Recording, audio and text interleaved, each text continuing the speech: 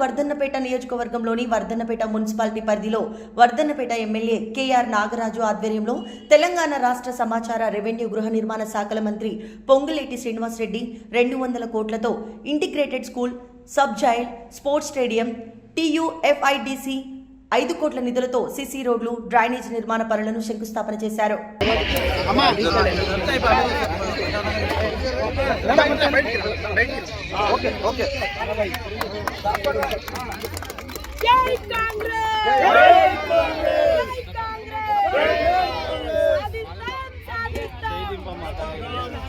ఈ సంవత్సరాల్లో పేదోడి ఆత్మ గౌరవానికి చిహ్నంగా ఉండే ఒక ఇల్లు ఇవ్వాలనే జ్ఞానం కూడా ఆనాటి పెద్దలకు లేదు. పేదోడికి ఇల్లు ఇస్తే నాకేమి కమిషన్ వస్తుంది, కాళేశ్వరం కడితే నాకు కమిషన్ వస్తుందని కాళేశ్వరం కట్టి 1,00,000 కోట్ల కమిషన్ తీసుకున్నాడు తప్ప పేదోడికి ఇల్లు ఇవ్వలే.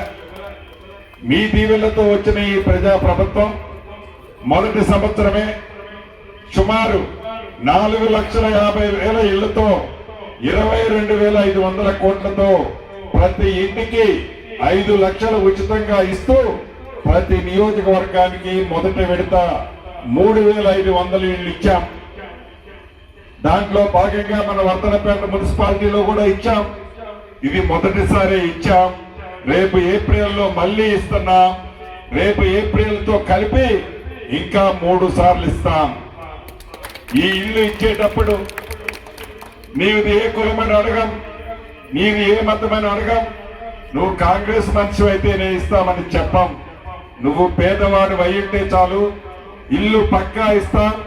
ఇచ్చిన తర్వాత కూడా నువ్వు ఓటు వేస్తేనే ఇస్తామని కూడా కండిషన్ పెట్టాం.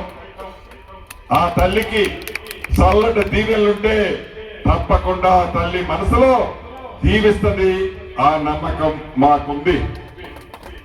అంతేకాదు, రైతును రాజును చేస్తానన్నాం. వరేస్తే ఉరేని ఆనాటి ప్రభుత్వం చెప్తే వరేసిన రైతన్నలకి, సన్న వడ్లకి మద్దతు